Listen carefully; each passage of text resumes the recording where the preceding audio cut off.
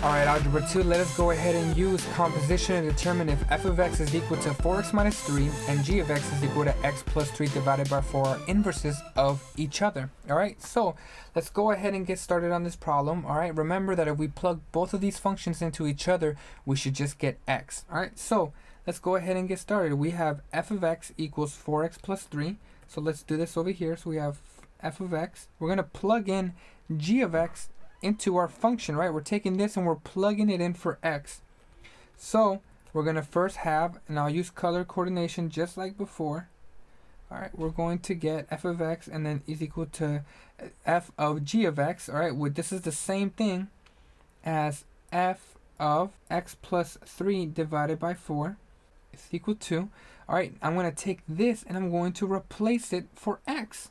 So we're going to get 4 parentheses x plus 3 all divided by 4, all right, minus 3.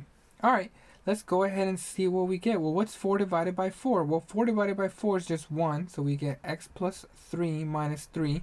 Well, what's 3 minus 3? Well, that's just 0, so we get x.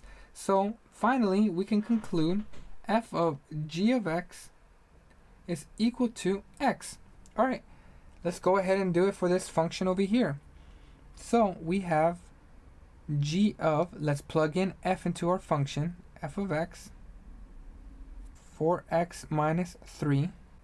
All right, now we're taking this entire thing and plugging it in for x up here. All right, it's our input, so we replace the entire thing. So we're going to get g of 4x minus 3 is equal to, all right, parentheses, 4x minus 3 plus 3 all divided by 4.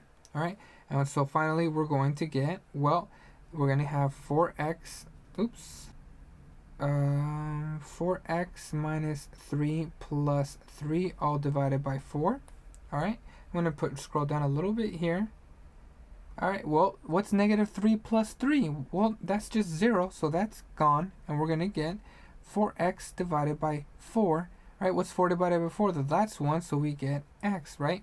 And right up here we had g of f of x. Right, that's what we plugged in. G of, I'm just going to write it in, all right, f of x and g of f of x. All right, so just like we did on these problems, when we plug both these functions into each other, we got x. We got back our point of reflection. Therefore, they are inverses of each other. Perfect. All right.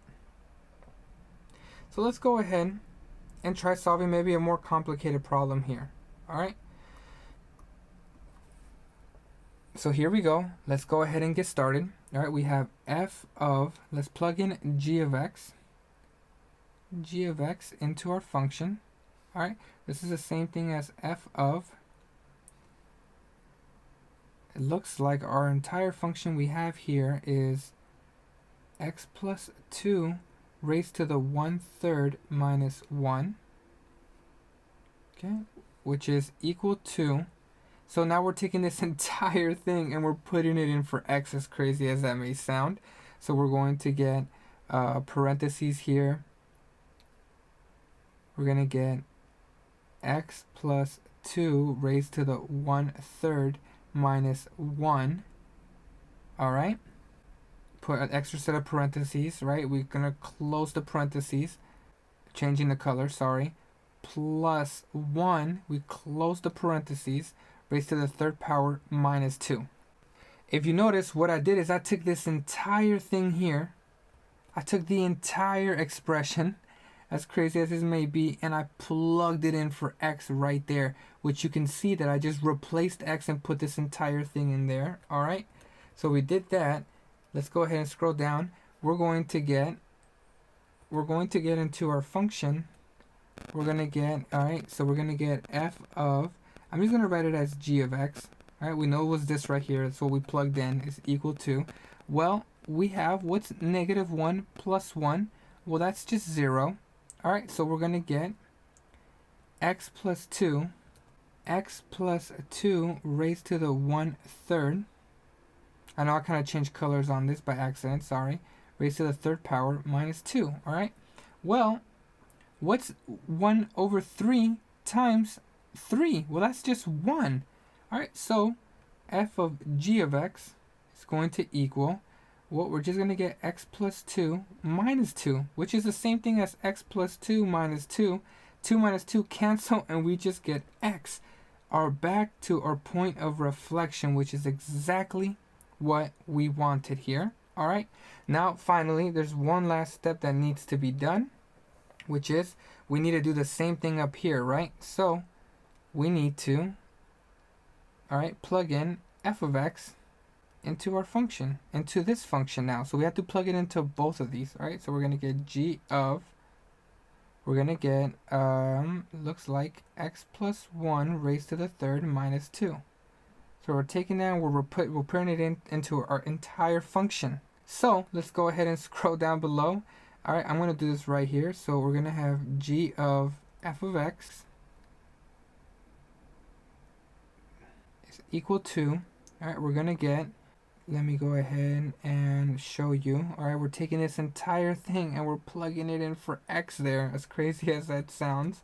So we're going to get x plus 1. Oh, sorry, get the same color. We're going to get x plus 1 raised to the third power minus 2. Okay, this is the entire thing. Plus 2, right, raised to the 1/3 minus 1. All right, so if you notice, this should be plus 2 here. All right, this is from our original function. Sorry, let me just go ahead and rewrite the plus 2 so it doesn't look confusing. Plus 2 raised to the 1/3 minus 1. All right, so if you notice, all I did was I took this entire expression and replaced it with x, which you can see it's right here. This used to be x plus 2, but now I replaced the entire thing there. So now if we scroll down, all right, well, what's negative 2 plus 2? Well, that's 0. So we're going to get g of f of x is equal to x plus 1 raised to the third power all over 1 to the third minus 1. Well, g of f of x is equal to, well, it's 3 times 1/2 up here on the exponents. Well, that's just 1. So we get x plus 1 minus 1. 1 minus 1 is 0. So finally, we get that g of f of x is equal to x, which is exactly the same thing that we got for both. When we plug both of them into each other, we get the point of reflection again, which is x. We get back to the starting point. So they are inverses of each other. Whew, that was a tough one, right? But we got through it and we worked through it together.